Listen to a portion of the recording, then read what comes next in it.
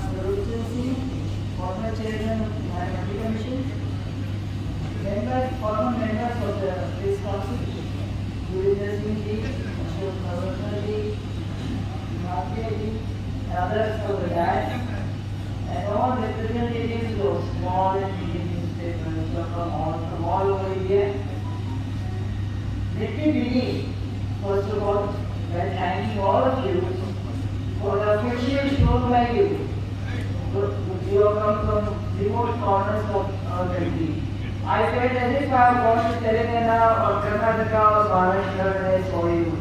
And I only tell you that whatever is possible in my hand, I will do for you. Your grievances, somebody has handed over to me, will study that whatever is possible will be done. I extend my heartfelt congratulations to the All India Small and Medium Newspapers Federation on the occasion of Golden Jubilee. Members of the Federation have been part of various important committees constituted by the Press Council of India, sharing their expert views and opinions. Their contribution to the functioning of the Council has been noteworthy. The Federation has also made sincere efforts in promoting and supporting the growth of small and medium newspapers, an endeavor that is much needed as its publications continue to face challenges of financial sustainability, technological transition, and competition from large media houses and digital platforms. Small and medium newspapers play a significant role in upholding the core objectives of journalism. They educate people, building confidence, promoting social service, spreading awareness, and dispelling myths and superstitions. The journalists associated with small and medium newspapers work tirelessly, often under challenging circumstances, to cover events from the remotest part of the country, bring local narratives to the national discourse. Even during the COVID period, journalists continued reporting from the worst affected areas despite facing severe health attacks. Many lost their lives in the line of duty. Their work deserves deep appreciation. Small and medium newspapers serve as a bridge between the rural population and the government, helping policymakers understand ground realities and formulate welfare measures that truly address people's needs. As the media landscape continues to evolve rapidly, this discussion on media and responsibility is both timely and necessary. In today's world, media plays a defining role in shaping public opinion, informing society, and influencing democratic processes.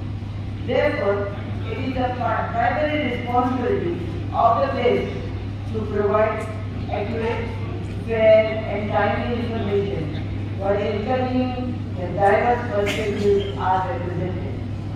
The media must strive to create an informed and aware citizen, essential for the healthy functioning of a democracy. It must make citizens conscious not only of their rights but also of their duties towards society and the nation, thereby nurturing a spirit of collective responsibility. The media must also play an active role in challenging social issues, superstition, that hinder progress, and promoting scientific statements, equality, and inclusion. It is also the duty of the media to give voice to the voiceless. That's very important. A number of voiceless people, it is your duty to give their expression, to represent the concerns of minority, marginalized groups, and the weaker section of the society, so that no citizen feels unheard or guilty. The media will focus on the reality of rural India, highlighting both its challenges and its potential, and serve as a channel through which policymakers can better understand and address the needs of the people. By fearlessly bringing to light issues of corruption, injustice, and abuse of power, the media must ensure accountability at every level of government. In times of crisis, whether natural disasters, conflict and emergencies or conflict, the media bears the responsibility of providing timely, verified, and constructive information that educates and guides the public rather than create panic or prejudice. By reporting news, the media must uphold ethical standards, avoid sensationalism, misinformation, and content that can harm social harmony. Now, as a chairperson of the press council of India, I will tell you what we have done at our end. The press council of India has been playing a rigorous and proactive role in this regard. For the print media, the press council of India has formed the norms of journalistic conduct for adherence by the press. These norms which serve as the ethical compass for journalism emphasize accuracy and fairness, caution against defamatory writing, and the need to ensure austerity and order. They lay down parameters for the right to press, comment on the acts and conduct of public officials and professions, and describe sensitivity while reporting on women and sex workers. The norms also upheld the right to privacy, caution against trial by media, and call for dangerous sensitive reporting. The further stressed pre-publication regulation, a clear distinction between conjecture, speculation, comment and fact, and the avoidance of sensational or provocating headlines. In an age dominated by digital and social media, where information travels at the speed of light, the responsibility to verify facts and prevent the spread of false narratives has never been greater. Besides tackling the issue of fake news and sensationalism, it is equally important for the media to understand its responsibility to report sensitively, especially on matters that affect lives and public comment. As the chairperson of the Press Council of India, I would like to take this opportunity to highlight some of the important advocations made by the Council which respect the core values of responsibility, ethical journalism, and respect for individual rights. In one significant adjudication, the Council directed that advertisers should submit their advertisement to newspapers on their official letterhead and provide PAN card details, ensuring that ensuring transparency and protecting job seekers from fraudulent advertising. By maintaining accountability in advertising, media organizations play an essential role in preventing deceit and safeguarding the interests of the public, especially vulnerable job aspirants. In another matter, the Council underscored the importance of sensitivity while dealing with children's photographs on stories. It ruled that before publishing a child's image, name or personal details, journalists and photographers must obtain consent from the child and child's parents or guardians. The dignity and privacy of children must always be protected, and irresponsible reporting can cause lasting harm.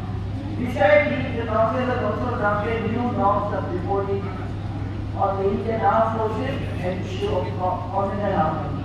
The Council has observed that armed forces are the backbone of the nation, and any irresponsible reporting would harm national interests or lower the morale of our soldiers. Similarly, by covering matters of religion or community, newspapers must avoid inflammatory content that could disturb peace and unity. The media has a sacred duty to strengthen India's unity in diversity and to promote understanding and brotherhood among all communities. During the last year, the Council came up with several studies and recommendations that touch upon every aspect that affects the credibility of the nation.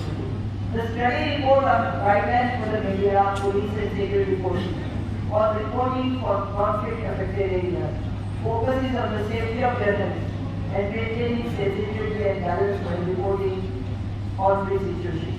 Similarly, studies related to retrenchment highlight the need for financial security so that journalists can work freely and independently. I would also like to acknowledge the important work done by the subcommittee on advertisement for print media, which was headed by Sri Devendra Singh. Through its comprehensive set of recommendations, the committee has highlighted the urgent need of transparency, fairness, and inclusivity in allotment of advertisement in newspapers. From advocating a uniform policy aligned with the Press Council of India's guidelines to ensuring timely payment to online mechanisms, to promoting equitable distribution and advertisement of big, medium, and small publications. The committee's approach reflects sensitivity and foresight. I recommend that all of you read that report. Its emphasis on supporting vulnerable newspapers, discouraging advertisements, dividing race in line with international standards, and recognize the challenges faced by print media in the digital age demonstrate a deep commitment to strengthening India's digital ecosystem. Together, this states reflect the Council's continuing effort to improve working conditions, uphold ethics, and strengthen people's trust in the state. So accreditations that involve norms of journalism conduct, the press council of India is setting ethical standards for journalism. The media is expected to abide by these principles and uphold the values of fairness, accuracy, and accountability. It must also remember that the freedom of the press carries with it responsibility. A responsibility to inform, to educate, and to act in the larger interest of society. In conclusion, as we celebrate the golden jubilee of the All India Small and Medium Newspapers Federation, I would like to commend the unwavering commitment of the media fraternity to ethical journalism. The stage of a democracy lies not just in the institution, but also in the vibrancy and integrity of its media. Let us reaffirm our shared responsibility to uphold truth, fairness, and balance in reporting. Let the press continue to be a force for unity, understanding, and progress of the nation. Thank you very much.